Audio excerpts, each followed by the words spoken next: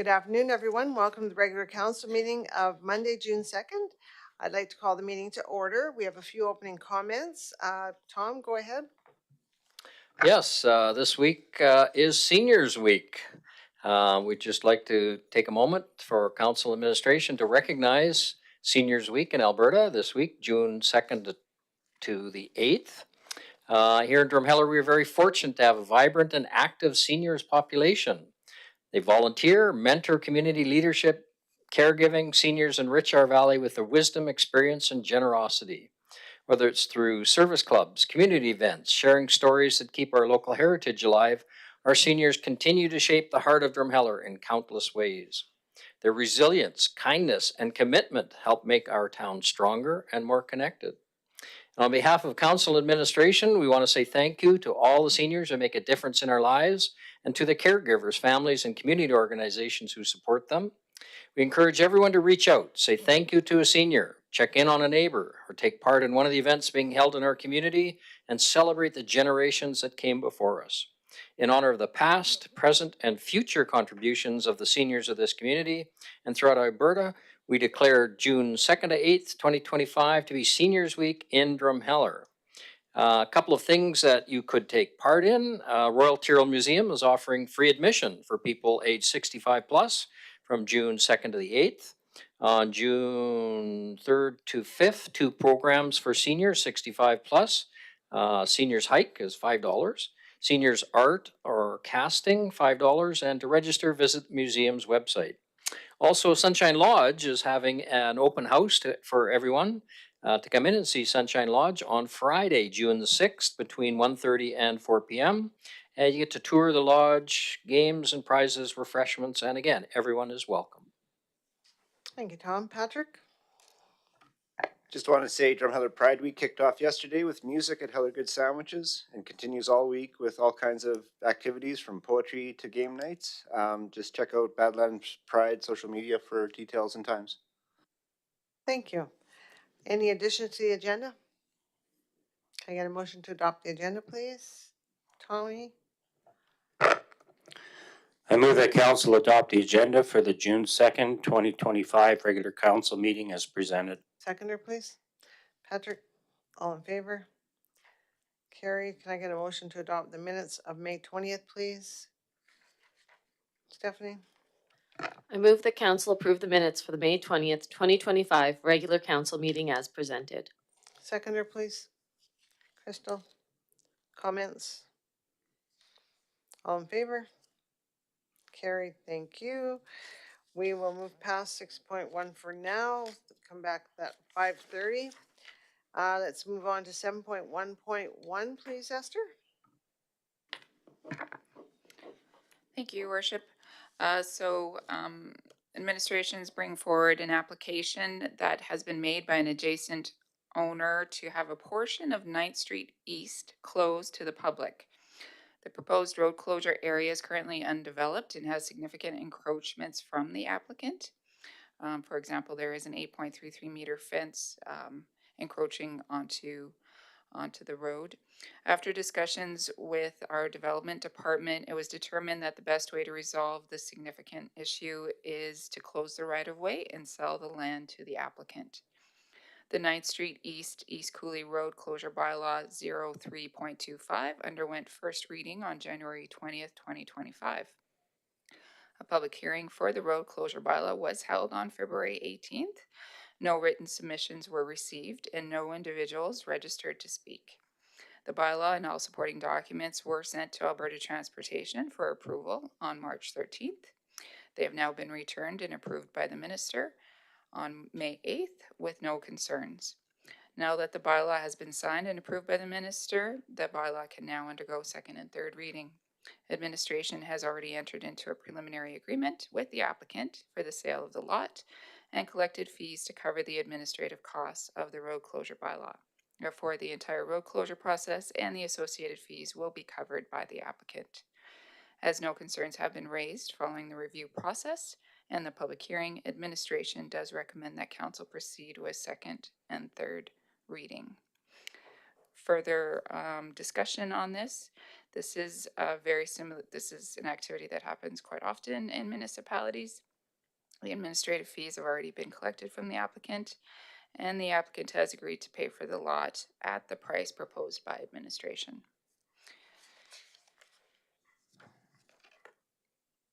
I did want to point out there is a slight difference between a right-of-way and a road.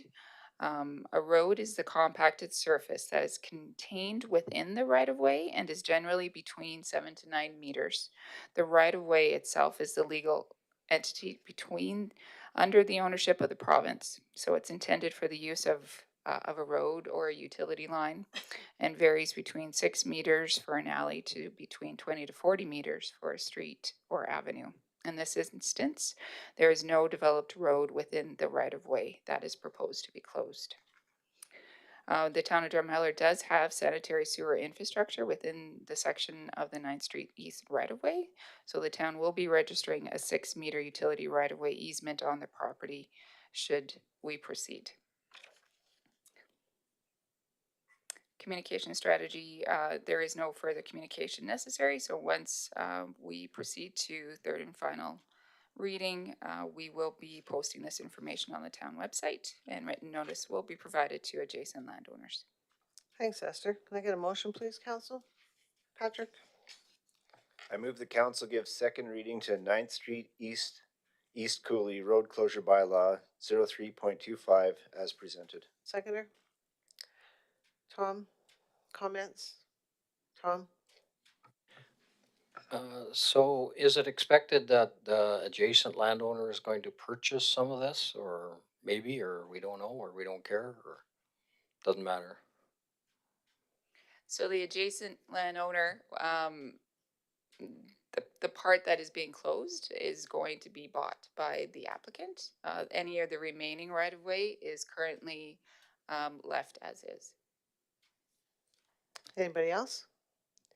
So basically, this person has been using that land anyway, so it's kind of part of their yard. Now we're just getting it cleaned up and doing the proper legal ramifications. Yeah, I think just to add to that, so Tom, so the applicant is actually the one that's requested the land closure, in part because of, so they tried to sell their property last year contingent on everything being in their property, and it turns out that more importantly than the fence, a well that they have is actually inside the town right of way. So they're trying to correct some of those things in order to be able to make the property saleable. Any other comments? All in favor, second reading? Carrie, can I get a motion for third reading, please? Tony?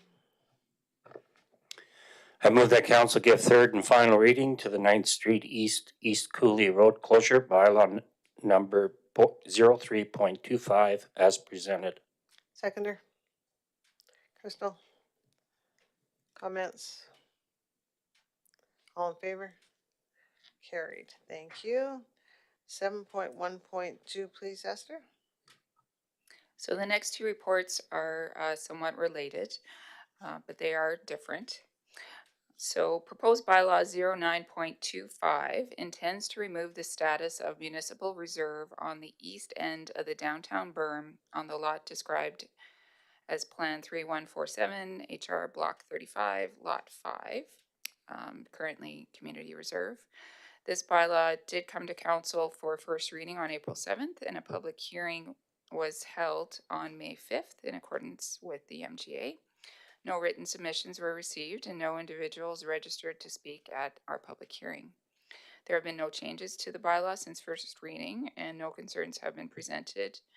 No changes to the bylaw have been made. Administration is recommending that proposed bylaw 0925 undergo second and third reading. So this specific area is the downtown berm is currently, it's located on municipal reserve lot.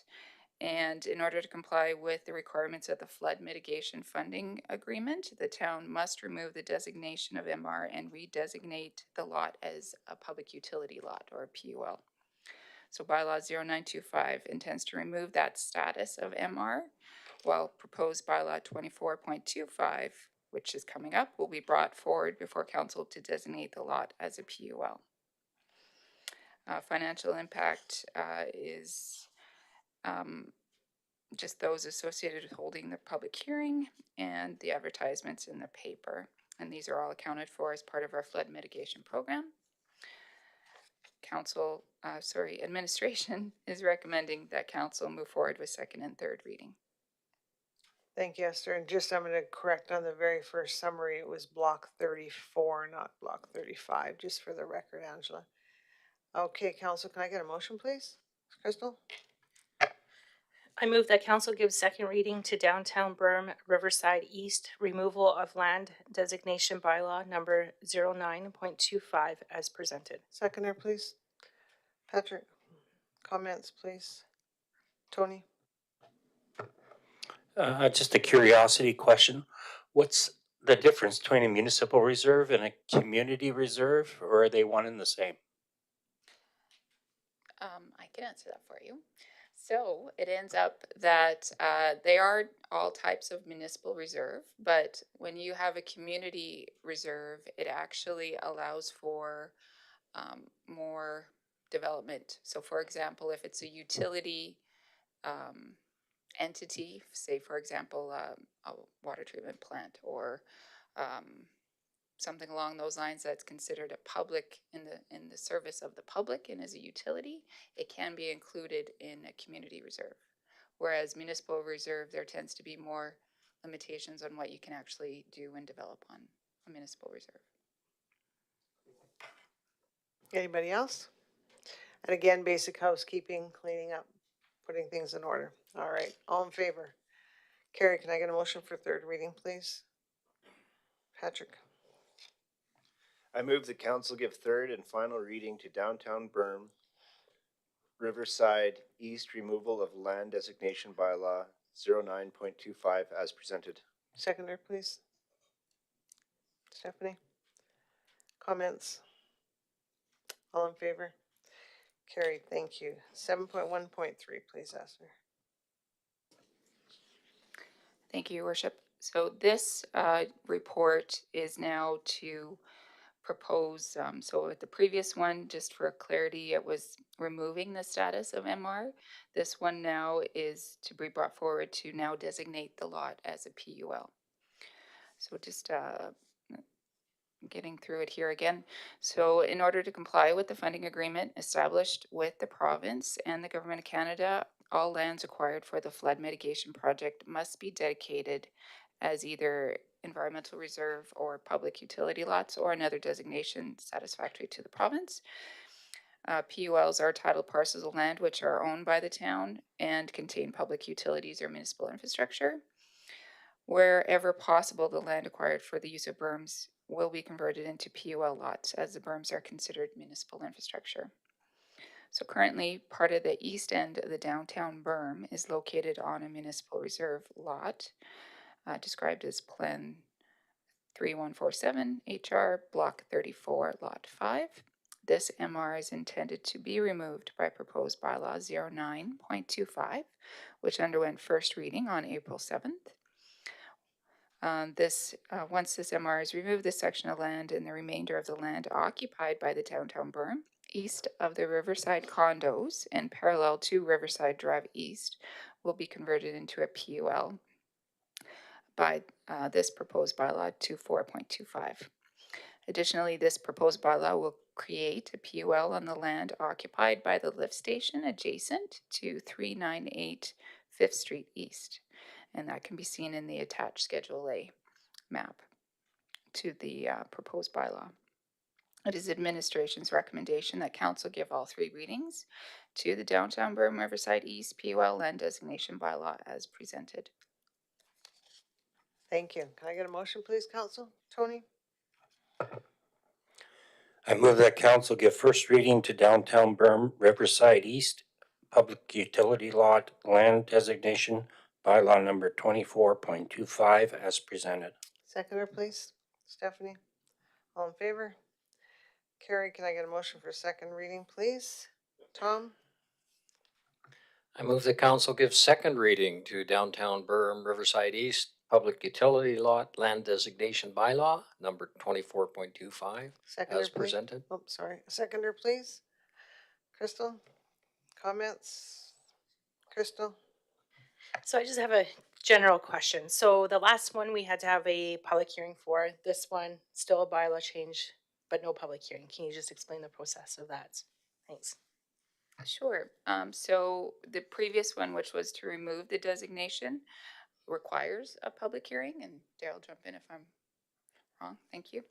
And this one, though, we're putting a designation on, so there's no need for a public hearing. Anybody else? All in favor of second reading? Carried. Can I get a motion to go unanimous consent for third, please? Patrick? I move that council give unanimous consent for third and final reading of Downtown Berm Riverside East Public Utility Lot Land Designation Bylaw 24.25. Seconder, please. Crystal? All in favor? Carrie, can I get a motion for third reading, please? Crystal? I move that council gives third and final reading to Downtown Berm Riverside East Public Utility Lot Land Designation Bylaw number 24.25 as presented. Seconder, please. Tony? Comments? All in favor? Carried. Thank you. All right, let's move on to 7.1.4, please, Reg.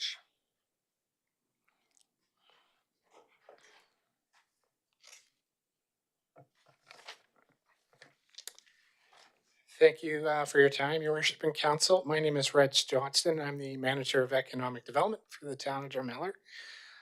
Before you is a request for decision for the 2025 Residential Development Incentive Program. This particular incentive program aligns well with the housing strategy and the municipal development plan. What it does is it helps incent or induce residential development by giving a multi-year incentive on the municipal portion of taxation. It provides 100% off the first year, 75% off the second year, 50% off the third year, and 25% off of the final year. The summary that's in front of you basically goes through the history of the first 2 years of the program. So the 5 roles that took advantage of the residential incentive the first year are in the first table, and it has the abatements that we applied for each year. 2025 is highlighted because we are going to apply those this year. And then the second portion, so March 2024 area has the role that took advantage of the program in the second year, and we've applied 2024 and are about to apply 2025 for that role. In total, we've applied about $6,212 through the incentive program. But what brings us here tonight is we have 2 new applicants for this year, specifically roll number 200-20988 and roll number 03063809. If council does choose to approve these applications, it will result in $4,555 of abatement for the 2 applicants combined. Another portion that is in the request for decision is I provided the excerpt from the bylaw itself that highlights council's authority to be able to approve unique requests regardless of the timing. And then it also highlights the amendment that we did to the bylaw in 2023 that allowed us to approve applications from the Raptor Ridge Project too. So in total, administration is recommending that council does approve the 2 new applicants for the residential development incentive program for this year. The total impact for this year from a revenue perspective would be $6,539 roughly, and that includes the addition of the 2 new applicants, which are $4,555 as stated earlier. The total amount of abatement for the whole program, including this year's, if we do approve the 2 new applicants, would be roughly $12,000 at $750. Again, the policy or this incentive program aligns well with the housing strategy and the municipal development plan, where we say that we should incent residential unit construction in the valley. The communication strategy will be that we will notify the applicants if council chooses to approve, and the motion is there for council's consideration. Thanks, Reg. Can I get a motion, please, council? Crystal? I move that council approves the abatement of the municipal portion of taxes for roll number 20020988 and roll number 03063809 pursuant to bylaw number 13.20 with a tax abatement of 100% in 2025, 75% in 2026, 50% in 2027, and 25% in 2028. Seconder, please. Patrick, comments? Tony? Yeah, just out of curiosity, were these residential bills or commercial bills on these two rolls? The first roll is property in Raptor Ridge, and the second is a residential unit, single detached. Anybody else? Tom? So the idea of this program is to basically give an incentive to builders to build more housing in Drumheller, is it not? Correct, yeah. And I'm just wondering, have you heard, I mean, you talk to builders all the time, if this incentive is doing that, is it effective? Or should we be doing this plus other things, or what would your comment be on that? Yeah, in 2023, we reached out to quite a few builders and asked them specifically about how our incentive was working, and they said it was pretty good. It came in roughly at 2% construction costs. There are some other jurisdictions that do offer more, but yeah, I think it's working well, and it's in a range that helps us incent building. Crystal? So when these developers or builders are coming, so they're coming for their permits, the development, is that when they're being notified, or you're getting that list and you're notifying them? Like, how does that process work? How are they knowing about this, I guess is my question. How do they find out? Yeah, all of the above. So when we're actively pursuing builders to come to town, part of our pitch kit presentations and our brochures, we mention the development incentives and all of those. And then we also have it on our website. And then we remind folks when they are applying for their development permits that it's available. So. Anybody else? And we're really promoting that Build Here pamphlet that we had done. And I think something's working because we've got some houses being built in 10th. We've got the sixplex over in North Drum. You just finished one in Riverside and possibly other ones going up there, that area. So I think it's working. It's giving people at least some. So we're starting to make more movement on housing, correct? Right? Yeah, the number of units we're seeing per year is going up. So it's getting better. Yeah. Wonderful. Chris or Stephanie? Yes, thank you. So I guess I have a question. It's just when we pass our budget and everything, this is all taken into account. Yeah, roughly speaking, like we do have a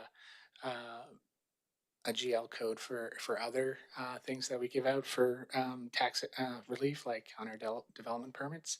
But if we did see a big run on this, we might have to ask for an adjustment. But roughly it is, yeah. Perfect, thank you.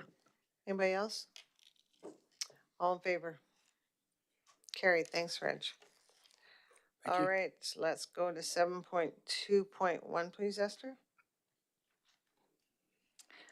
Administration is presenting FCSS Committee amending bylaw 23.25 for first reading. So our current bylaw, number 34.24, received third and final reading back on December 2nd, 2024, in accordance with the MGA. The purpose of our bylaw here, or this bylaw at that time, was to formally establish a subcommittee of council that would be responsible for approving, overseeing, and monitoring all programs funded through the FCSS program, reviewing grant applications and approving the disbursement of grant funds through the FCSS program, directing all FCSS funding within the constraints of the FCSS budget approved by council, recommending policies and procedures for the administration of the FCSS program, and presenting an annual report and recommended budget to council in conjunction with administration every year. On May 12th, administration presented to the Committee of the Whole and proposed amendments to this bylaw to incorporate members at large that represent local social services agencies into the FCSS committee. The purpose of this would be to transform the FCSS committee from a council member only committee, an administrative body, to an advisory body with direct insight into Drumheller's social needs. The Committee of the Whole requested that administration move forward and bring this proposed bylaw amendment to an upcoming council meeting, which is today. So the proposed FCSS committee amending bylaw to 3.25 makes these changes to the composition of the committee, as well as additional changes that facilitate the transition from a council-only committee to an advisory committee with members at large. Our recommendation today is to give first and second reading to the amending bylaw as presented. However, I think it is warranted that we discuss a bit more into this and take a look at the sections that we will be changing. So specifically, those 5 items that I just explained off the top as far as their responsibility areas, we are changing those a bit from the approvals of FCSS programs or the approvals of disbursements of grant funding to instead offering advice and recommendations for those programs and those grant funds to council. So this also, again, changes the responsibility of the committee from the direction of all FCSS funding to providing recommendation on the allocation of funding to council. We've also added in a couple of definitions. What is a member at large? What is a social services agency? We've removed reference to procedures and focused more on policies. We've changed the responsibility of the committee from carrying out the responsibilities outlined in the FCSS Act to adhering to those responsibilities. We've added a provision stating that the committee will act only in an advisory capacity. We've changed the committee composition from 7 members of council to a maximum of 7 members, consisting of 3 council members plus the mayor and 3 members at large who represent local social services agencies. We've established a 2-year term for members at large and a maximum term length of 3 consecutive terms. We've changed the quorum from 3 to 4 members. And we've also added in a section regarding what constitutes conflict of interest. Now that with members at large, we do need to add that into the bylaw. The financial impact on this is approximately $2,000 in operating costs for staff time and meeting costs. However, that will be absorbed into our current 2025 operating budget. Members at large are volunteers and are not compensated for their time on this committee. This is in alignment strategically with the goals of the Town of Drumheller Public Participation Policy to engage our municipal stakeholders. And if council does move forward and approve this bylaw, we will start public advertising and on the town's website and social media sites, encouraging our local social services agencies to submit volunteer applications for the FCSS committee membership. One final comment before going into recommending first reading is I do have a little bit of, I did a bit of further research on other municipalities that have gone down this path. And there are different ways of making this happen. So I do have, if we want to discuss further of how many people or what the powers, I can get into that should council wish to discuss. Thanks, Esther. Can I get a motion for first reading, please, council? Tony? I move that council give first reading to FCSS Committee amending bylaw number 23.25 as presented. Seconder, please, Stephanie. All in favor? Carrie, can I get a motion for second reading, please? Stephanie? I move that council give second reading to FCSS Committee Amending Bylaw number 23.25 as presented. Seconder, please. Crystal? Comments? Tom? Just wondering about the composition of the committee. So there'll be 3 councillors and the mayor, and then 3 members at large. So this is an advisory committee. So you're going to have basically 4 members of council advising something to council, which consists of 7 people. And it seems a bit redundant that you have 4 councillors advising something that they want to council, and they will be on council voting on whatever that is. It seems like kind of a done deal. So I'm not sure what the 3 members at large are going to be doing. Thank you, Councillor Tom. That is a very good point. I've seen one of these other examples actually, City of Airdrie, for example. Their committee is 5. They have 3 council members and they have 2 members at large. And in that case, what they do is they don't actually go to council for the approvals, but of those 5 members, only the councillors are voting members. The members at large are non-voting. So they have the discussion. However, at the end of the day, you still have councillors making the final call. So that is another option we could go down. Another thing we could do is we could forego the approval of coming to council to confirm the approval of the funding options that the committee come up with, and keep that power with the committee. That's another possibility, because we, like you've pointed out, we will have 4, the majority of the members will be councillors. Anybody else? Patrick? I just hoping you can expound a little bit more on the conflict of interest. When I read this, I'm seeing that we want representation from social services groups and organizations. If you had a member of that organization who's a paid employee of that organization, and they get on that council, potentially reviewing grants that may support their operating, I could see it becoming really cumbersome.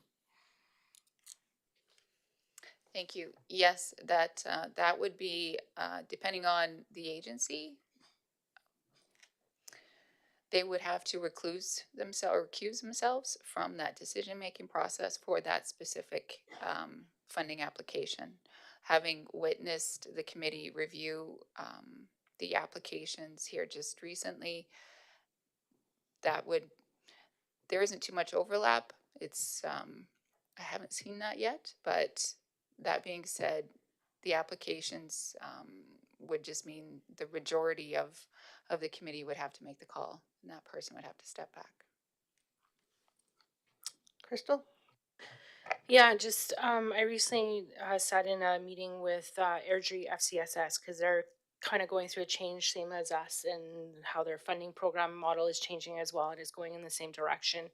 And it was definitely, I actually thought that's how we should model it, is that the councillors should be the voting members and keep the community members as more of a provide the information, you know, because they're really the experts in social services. We are not.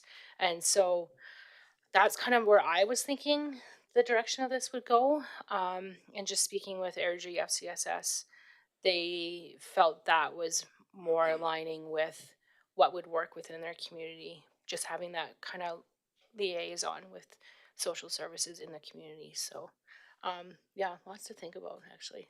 I don't know what the right decision is yet. Stephanie? So if we went one way and decided, you know, we want these, like the advisors on, but the members of council are the only voting ones, and down the road we find that's not really what's working for our community, it could always come back and be changed, correct?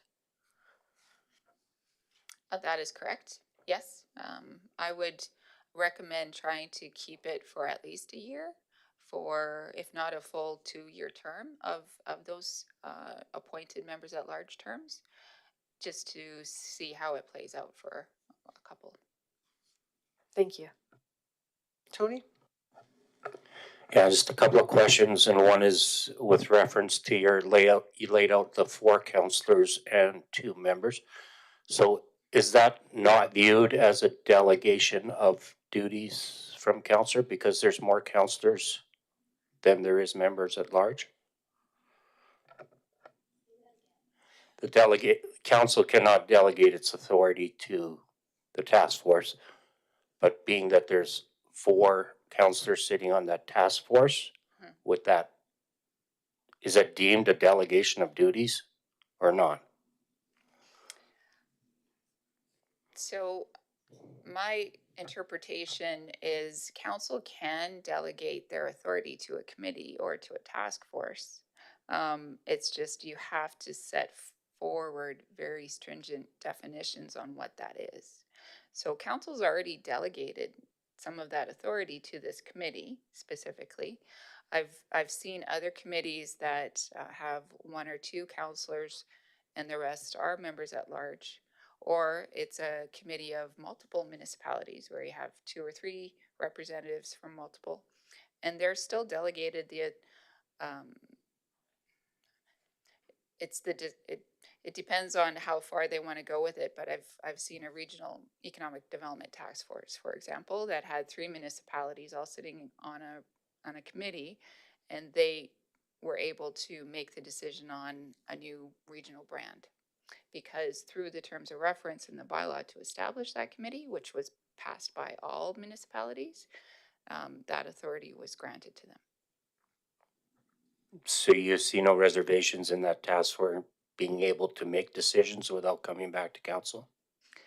I feel that it would be in council's best interest and the town's best interest if there is a final check by council to ensure that the direction that's being followed or being proposed is agreed upon by the people in this room. I agree, and that would be my concern, irregardless how many counselors are sitting on this task force, that any decision would come back to us for ratification or final approval. My second question was just referring to bylaw 34.24, the consolidated one. It received first, second, and third reading in November 25 or 24. Okay, it's incorrect on there. So does that need to be amended in this amendment? So with the passing, sorry, I'm gonna just double check. With the passing of this bylaw, it'd override it anyways, wouldn't it? It would, yes. I was just gonna double check. Where does it state that, Tom? Numbers, page 73. Oh, okay. Yeah, it's a typo there. Yeah, we will modify, we'll make that change. All right, any other comments? Well, I think that like everything else we've been doing, we've been trying to transition things and make them, and in this case, we're trying to get the funding as much as we can back to the people. So I think it's worth a try to go with the way it's set up. And as Stephanie said, you know, if it's needs to be changed down the way, I think then you look at it that time, but it's at least a good start. Anybody else? Okay, all in favor of second reading? Carried. Thank you, Esther. Thank you. Thanks for all the work on that one. Okay, let's move on to 7.3.1, please, Jared. Thank you, Your Worship. Jared Bronstein, Director of Infrastructure Services, and I'm going to do a request for decision in regards to the Downtown Streetscape Task Force Bylaw number 2225. This was brought before the Committee of the Whole on May 12th for discussion. That discussion amendments were requested of the committee and have now been updated within the Task Force Bylaw. If you will note that we have increased the task force numbers from 6 to 8. and from 8 to 10 as the minimum and maximum. And we have changed it to at least 6 from the Downtown Area Business Association or business area, from 4, and at least 2 representatives from the community stayed the same. I'd also like to note, due to the prior review by the community of the whole, we are requesting that all 3 readings be done tonight and that this bylaw be passed in order to expedite the task force being developed. I was just wondering if there's any questions of council in regards to the bylaw that's being proposed. I get a motion for first reading, please. Tony? I'll move that council gives first reading to the Downtown Streetscape Improvement Task Force bylaw number 22.25 as presented. Seconder, please. Patrick, or all in favor? Carrie, can I get a motion for second reading, please? Crystal? I move that council give second reading to Downtown Streetscape Improvement Task Force bylaw number 22.25 as presented. Seconder, please. Stephanie, comments, please. I had a comment, but I can't find it in here, Jared. So once the task force reviews it, then it comes back to council for final approval? That is correct. So the council or the task force will be providing a report back to council on their recommendations for the streetscape design, outlining those 5 points. Okay. And so will they be given kind of like a budget, or just really gonna just say, here's a bunch of options and then figure out the budget, or is they work within a budget to start with? So basically what they're gonna do is they're gonna be given 3 design options. Okay. So basically design options that are within the existing DARP. So we can't deviate too far either side. So they will be provided with 3 options. Budget wise, that'll be a discussion with council in regards to the amount of money they want to spend on, or you guys want to spend per block. Okay, because most of this, if I'm guessing, probably won't be resolved before the end of this term. There is the potential of that, for your worship. So Okay. Yeah, I just want to, make sure that we've, again, just the sky's the limit, but the money isn't. So we have given some instruction to our consulting firm to try to manage expectations in regards to budget. So designs will be anywhere from probably $2 million a block upwards of $6 million a block, depending on scope and design criteria. So Yeah, and it's great to give that people the opportunity to think outside the box too. Perfect. Tom?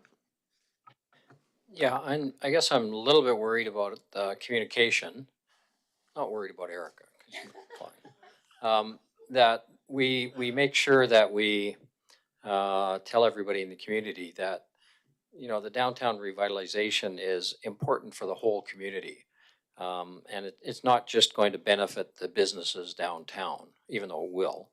But we communicate that this is necessary for a vibrant town. And all of the studies that we've had, Roger Brooks, et cetera, have said that, that the vibrancy of your downtown really extends all the way through the community. So I have had people from businesses outside of the downtown basically say, you're spending all this money downtown, what are you doing for me? And the idea is that the growth of the downtown, the vibrancy of the downtown will extend out to everybody. And I hope we can, make sure that we get that across. Anybody else? And that's extremely valid points, and if we can figure that out in wording, because I think any of those kind of events that Roger Brooks or any of them that I've ever sat in, it's kind of, if the downtown's vibrant, it all kind of leads out and makes the rest of the community strong. So we just got to really kind of direct that message. So that'd be awesome. Okay, all in favor of second reading? Carrie, can I get a unanimous consent for third? Stephanie? I move that council gives unanimous consent for third reading of Downtown Streetscape Improvement Task Force bylaw number 22.25. Seconder, please. Patrick? All in favor? Carrie, can I get a motion for third reading, please? Tom? I move the council give third and final reading to Downtown Streetscape Improvement Task Force bylaw number 22.25 as presented. Seconder, please. Tony, any other comments? I'd just like to say thank you, Jared, for the work done on this, and thank you for listening to us and adjusting those numbers. And I think it's gonna be really interesting to see how this all comes out. All in favor? Carried. Thank you, everyone, and we now shall go on to our friend Bill.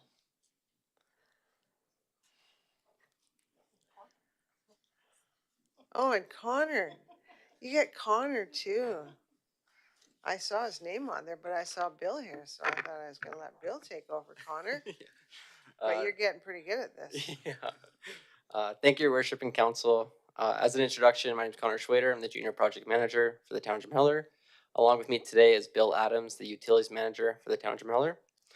Today we're here to present the request for decision for the wastewater treatment plant blower addition. This has two motions in it. The first motion is a transfer of $150,000 from the North Drumheller River Crossing project to the wastewater treatment plant blower addition project. The second motion is the award to the construction and installation of the blower addition to HSMG for the total amount of $347,205.30. To provide a little bit of background for this project, the town currently operates with two blowers at full capacity with no redundancy. The blowers are a key piece in the infrastructure for the wastewater treatment plant process. They provide the adequate supply of oxygen for the microorganisms to break down the organics in the wastewater before it gets released back into the river. So currently we have acquired two new blowers, which are a high efficiency blower. These will be able to support the blower system by providing oxygen to the two digesters and one aeration tank. From there, we want to continue to provide and support this blower addition by providing an adequate amount of oxygen for those microorganisms to survive and thrive by breaking down those organics. However, in order to complete this, we need to take money or transfer money from the North Drumheller River Crossing project of $150,000 in order to complete this. With limited funding, this is an option that we have to do in order to complete this project. The impact on residents for not moving forward with the lift station project this year would be the potential for sewer backup. However, doing a risk assessment from the town's perspective, we determined that the blower addition is more critical, as if the blowers were to fail, we could serve up to fines and penalties up to $500,000 per release. That is over the approved limit. So that is the first portion of this request for decision. The second is that the town had conducted a request for tender with ISL to find a contractor who would be qualified enough to complete this construction and installation of the blowers. Through this, we had 21 registered suppliers, and we had a mandatory on-site visit, which required the proponents to attend it and be able to see the full scope of work in person. From there, we had 4 submitted proposals. Based on that, we evaluated it, ISL and the town, and we had wanted to proceed with HSMG as the lowest and fully compliant bid for the total amount of $347,205.30. So the two motions are as presented. If council has any questions, Bill and I are happy to address them. Thank you, Connor. Council, can I get a motion on the first one, please? Sorry, I just wanted to mention that the motion was supposed to say North Drumheller instead of Nackmine in those brackets. Stephanie? I move the council approves the transfer of $150,000 from the 2025 utility capital budget, North Drumheller River Crossing Project, North Drumheller Lift Station Upgrade Component, to the 2025 utility capital budget, wastewater treatment plant blower addition project. Seconder, please. Tom, comments? Tom? I guess I'm wondering why now? I mean, we did our capital budget months ago. This was not identified in the capital budget In regards to the increase in pricing? in regards to this equipment that we now need. Is this just a recent increase in price? Yeah, So- so ISL conducted a cost estimate for us for the town and realized that there was a 17% increase from the time they did this, which was last year, not taking into account any inflation or increase in pricing, as well as the potential for tariffs. So that's why the increase of 150,000 is required. Anybody else? Crystal? So just to clarify, so the North Drumheller River Crossing project was budgeted for this year, moving forward to next year. How is that going to impact that river crossing issues? The river crossing is complete. It was just the lift station component. The lift station is still operating, but it's the oldest lift station as far as equipment inside the lift station go, and we are literally have it band-aided together right now. But it is still operating. It could quit now or could quit in 5 years. It's go or quit. It's the first one that we need to replace. Stephanie?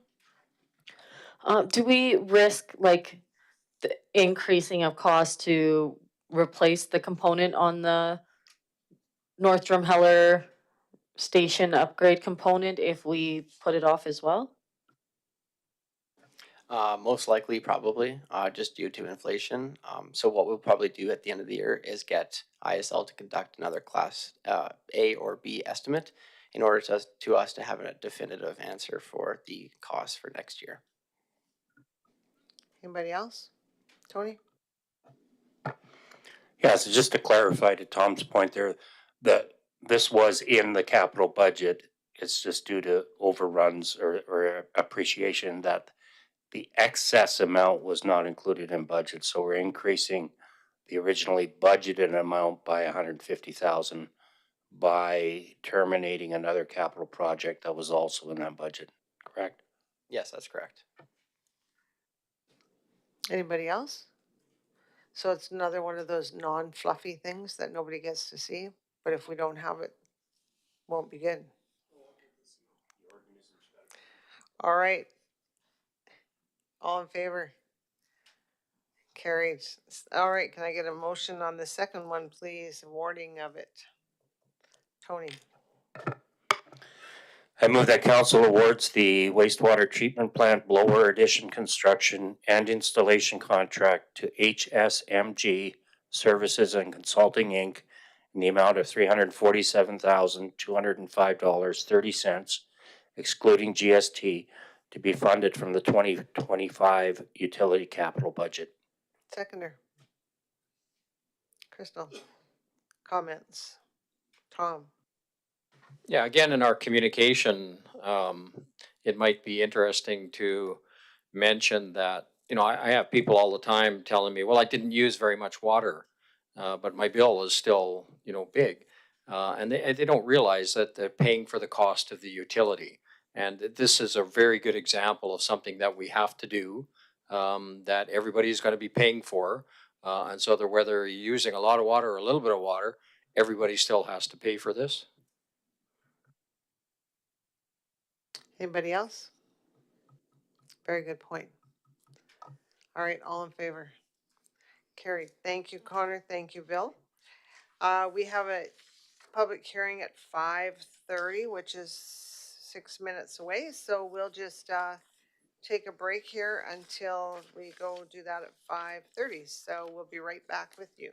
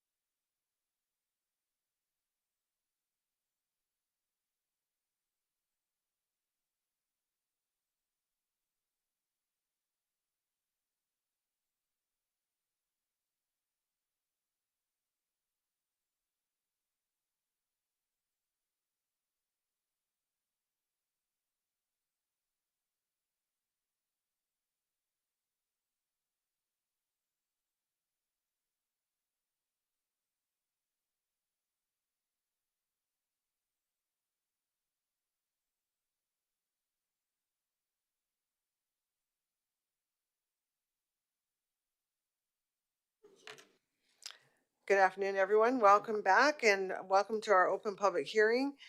Council, could I please have a motion to open the public hearing? Stephanie? I move that the public hearing for proposed community standards bylaw number 19.25 be opened at 5:30 p.m. Seconder, please. Crystal, all in favor? Carried, thank you. All right, I'll give an introduction. This hearing is being held in accordance with Part 7 of the Municipal Government Act and the Council and Committee Procedure Bylaw to give all affected persons the opportunity to provide feedback on Community Standards Bylaw 19.25. No decisions will be made at this meeting. Council will consider all submissions and will deliberate on this feedback at a future meeting of council. Now I now ask Assistant Chief Administrative Officer Esther to introduce the Community Standards Bylaw, please. Thank you, Your Worship. Administration is presenting first reading, no, sorry, my apologies. Administration presented first reading of the Community Standards Bylaw 19.25 on May 5th, 2025. The bylaw is intended to regulate neighborhood nuisances, safety, and unsightly properties. Bylaw 19.25 is intended to replace the current Tourism Corridor Property Standards Bylaw number 04.19 and the Community Standards Bylaw 06.19. In accordance with the Municipal Government Act and the Council and Committee Meetings Procedural Bylaw number 404.21, the Town of Drumheller is required to hold a public hearing when required by statute or when Council determines that public feedback is otherwise required. Administration conducted significant community engagement prior to the first reading through a public engagement survey and through in-person discussions at a town open house, a downtown community business association meeting, and informal coffee shop style engagement sessions. Bylaw 19.25 was developed based on the feedback received from these public engagement sessions and based on legal advice regarding bylaw enforcement. Council requested that additional engagement take place in the form of a public hearing to allow the public the opportunity to provide feedback on the proposed bylaw. The public hearing was advertised in the Drumheller Mail on May 7th and May 14th, 2025, and the proposed bylaw was posted on the Town of Drumheller website. Any person who claims to be affected by the proposed bylaw was invited to present their comments in person at the public hearing or to submit written submissions. There are costs associated with holding a public hearing, which include the advertisements in the newspaper, are allocated within our current operating budget. Communication strategy, the public hearing, again, I've stated it was advertised in the Drumheller Mail on May 7th and 14th, and it was also posted on our website. A media release will be published following third and final reading of this bylaw. Thank you, Esther. I will now ask Angela, our Legislative Service Coordinator, to provide the rules and procedure for the public hearing. Thank you, Worship. The rules and procedure for the public hearing are as follows. Those in support of the matter will be permitted to speak first, followed by those in opposition.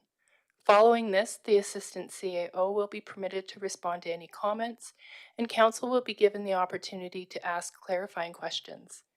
Each presenter will have 5 minutes to speak, and each group or organization will have 10 minutes to speak. Each presenter shall state their name, whether they are in support or in opposition, whether they are a resident of Drumheller, and how they are affected by the matter. Each presenter shall address their presentation to the mayor and shall only address council with the permission of the mayor. We request that you only present material associated with the subject of the public hearing. All presentations will form part of the meeting minutes and will become part of the public record. Council may not debate the matter and may only ask questions for clarification. Council will have the opportunity to ask questions once all presentations are finished. We ask that you respect the views of everyone here and allow each person their time to speak. Thank you, Angela. We'll now open the floor to the public. Are there any written submissions in support of the Community Standards Bylaw number 19.25? Your Worship, there were no written submissions received in support.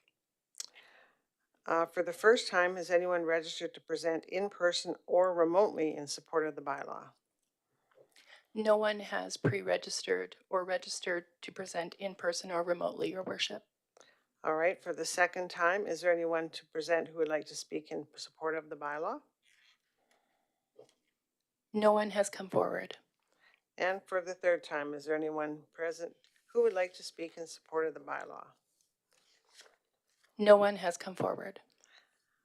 Are there any written submissions in objection to the Community Standards Bylaw number 19.25? Your Worship, we have received no written submissions in opposition to the bylaw. For the first time, has anyone registered to present in person or remotely in objection to this bylaw? No one has registered to present in objection to the bylaw, Your Worship. For the second time, is there anyone who would like to speak in objection to the bylaw? No one has stepped forward. For the third time, is there anyone who would like to speak in objection to the bylaw? No one has stepped forward. As there were no presentations in support or opposition of the bylaw, may I please have a motion to close the public hearing? Go ahead, Tony. I move that the public hearing for proposed community standards bylaw 19.25 be closed at 5:36 p.m. Thank you, dear. Okay, since we haven't had any presentations and we made a motion to close this, I will now, I need a seconder. Chris or Stephanie? Okay, just for the record, this is a whole new process. So I need Tony as made the motion, Stephanie has seconded, all in favor, carried. All right. Thank you to everyone for being here and attending our public hearing with our new revised script, Mitchell. And I would like to thank Greg and your team, Trent, Erica, everybody, for the work that was done on this community standards bylaw. There was a lot of great work, and I look forward to being able to speak to it. So thank you. All right. Now may I have a motion to adjourn, please, Council? No, you don't get to comment till it goes to second reading. Can I have a motion to adjourn, please? Tony, seconder? I move the council adjourn the meeting at 5:37 p.m.